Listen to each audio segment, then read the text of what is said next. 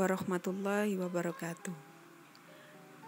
Anak-anak, pagi ini kita akan belajar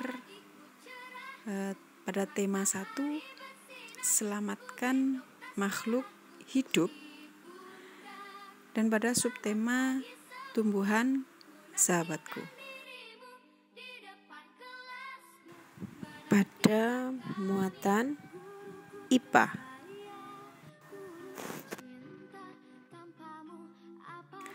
Di sekeliling kita atau di sekitar kita itu banyak sekali terdapat makhluk hidup, yang mana makhluk hidup itu memiliki ciri-ciri. Di antaranya ciri-ciri makhluk hidup yaitu yang pertama, makhluk hidup itu bergerak, peka terhadap rangsangan. Yang ketiga, makhluk hidup itu makan dan minum, bernafas, tumbuh, dan berkembang biak. Salah satu ciri makhluk hidup adalah dapat berkembang biak. Pada tumbuhan, terdapat 2 cara perkembangbiakan. Tumbuhan berkembang biak secara generatif dan vegetatif. Alat perkembangbiakan generatif tumbuhan yaitu terdapat pada bunga. Bentuk dan susunan bunga setiap jenis tumbuhan berbeda-beda. Namun, secara umum, bagian-bagian bunga yang lengkap dapat kita lihat pada gambar berikut.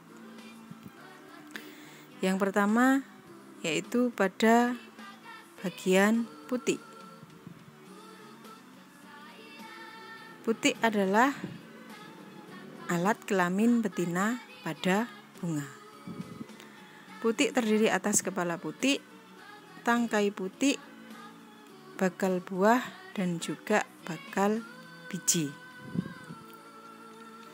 Yang kedua adalah bagian benang sari. Benang sari adalah alat kelamin jantan pada bunga. Benang sari terdiri atas kepala sari dan tangkai sari. Yang ketiga yaitu pada tangkai bunga. Tangkai bunga yaitu bagian yang menghubungkan bunga dengan batang tumbuhan. Dan yang keempat adalah bagian kelopak bunga. Fungsi dari kelopak bunga yaitu untuk melindungi bunga saat masih kuncup. Kelopak bunga akan terbuka saat mekar. Dan yang terakhir adalah bagian mahkota bunga. Mahkota bunga adalah bagian bunga yang paling indah dengan warna yang menarik. Fungsi mahkota bunga adalah melindungi putik dan benang sari ketika kuncup.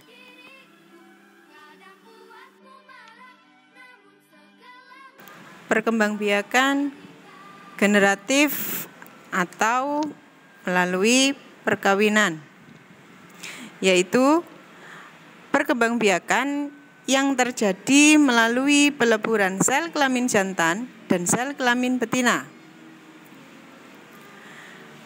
Perkawinan pada bunga akan menghasilkan buah atau biji. Pada bunga terdapat sel kelamin jantan yang disebut benang sari dan sel kelamin betina yang disebut putik. Jika benang sari jatuh di kepala putik, akan terjadi pembuahan sehingga terbentuk biji. Jatuhnya benang sari di kepala putik disebut dengan penyerbukan. Penyerbukan pada tumbuhan dapat dibantu oleh perantara seperti serangga, burung, manusia, air, dan angin. Berdasarkan penjelasan di atas, kita dapat menyimpulkan bahwa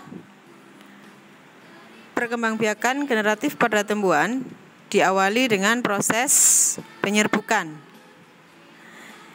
Kita lihat gambar dari macam-macam penyerbukan.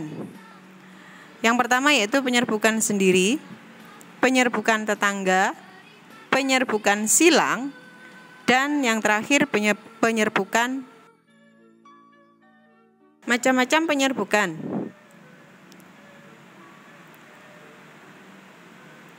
Penyerbukan pada tumbuhan terjadi melalui berbagai cara.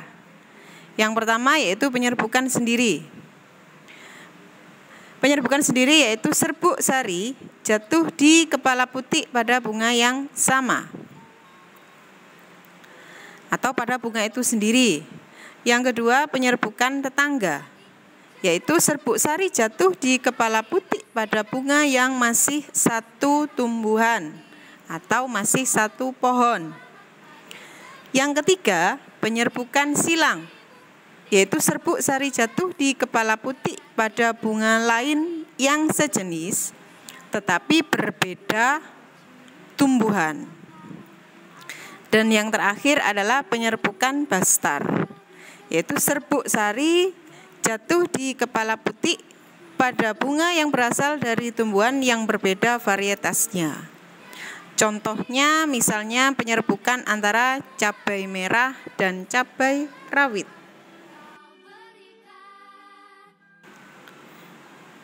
Berikutnya kita bahas tentang perkembangbiakan vegetatif atau tanpa melalui perkawinan, yaitu perkembangbiakan tanpa adanya peleburan sel kelamin jantan dan sel kelamin betina.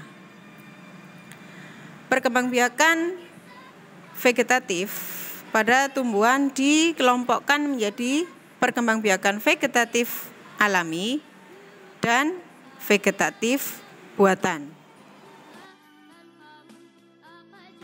Perkembangbiakan vegetatif alami adalah perkembangbiakan secara tidak kawin pada tumbuhan yang terjadi dengan sendirinya tanpa bantuan manusia. Macam-macam perkembangbiakan vegetatif alami. Yang pertama yaitu tunas. Tumbuhan yang berkembang biak dengan tunas contohnya adalah pisang, bambu, dan tumbuhan suji. Yang kedua adalah umbi lapis. Umbi lapis merupakan pelepah daun yang berlapis-lapis. Tumbuhan yang berkembang biak dengan umbi lapis yaitu pada bawang merah, bawang putih, dan bawang bombay. Yang ketiga adalah umbi batang. Contohnya pada kentang dan juga ubi jalar. Berikutnya umbi akar. Umbi akar adalah pada tumbuhan wortel, singkong, dan juga lobak. Geragih atau stolon adalah batang yang tumbuh mendatar di permukaan tanah. Misalnya pada rumput teki dan stroberi.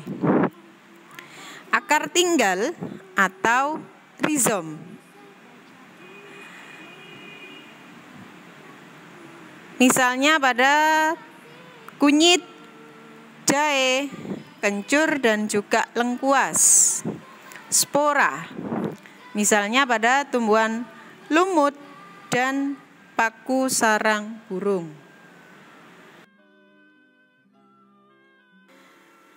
Perkembangbiakan vegetatif buatan.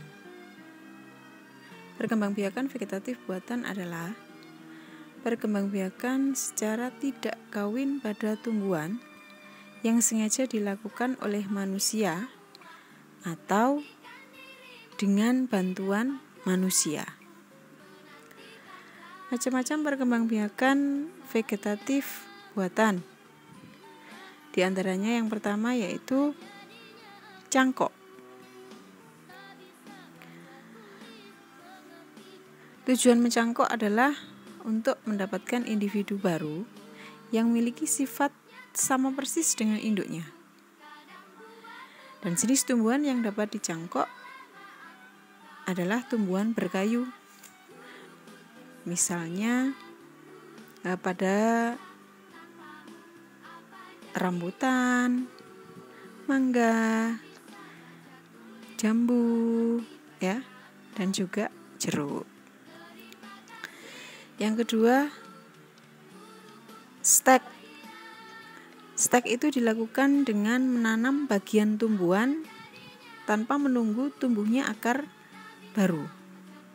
Ada dua macam stek, yaitu stek batang dan juga stek daun. Tumbuhan yang akan di-stek harus memiliki bakal tunas. Misalnya pada singkong, bunga sepatu, ya, bunga mawar. Kemudian tumbuhan yang dapat dikembangbiakkan dengan stek daun yaitu cocor bebek. Nah, daun yang hendak di-stek pun harus memiliki warna yang hijau segar dan cukup tua. Yang ketiga adalah dengan cara merunduk, ya. Dengan cara merunduk. Merunduk merupakan proses menimbun batang tumbuhan ke dalam tanah, yang mana pada batang yang ditimbun tersebut diharapkan tumbuh akar. Tumbuhan yang dapat dikembangbiakkan dengan merunduk diantaranya yaitu stroberi, arpei, melati, apel, ya. Dan yang terakhir yaitu tempel atau okulasi, ya. Menempel atau okulasi. Misalnya pada tumbuhan jeruk, durian, rambutan, itu bisa dilakukan dengan cara tempel atau okulasi, yaitu menempel.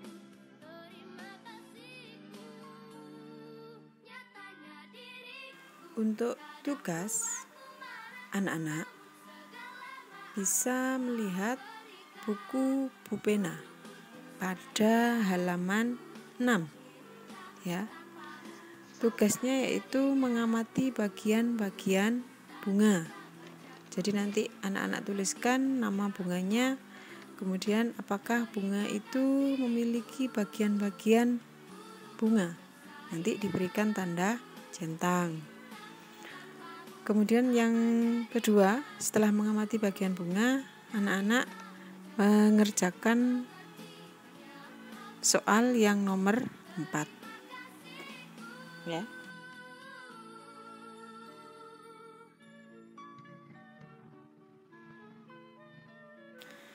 Itu saja yang dapat saya sampaikan pada materi hari ini. Kita lanjutkan materi berikutnya pada pertemuan yang akan datang. Selamat belajar anak-anak. Wassalamualaikum warahmatullahi wabarakatuh.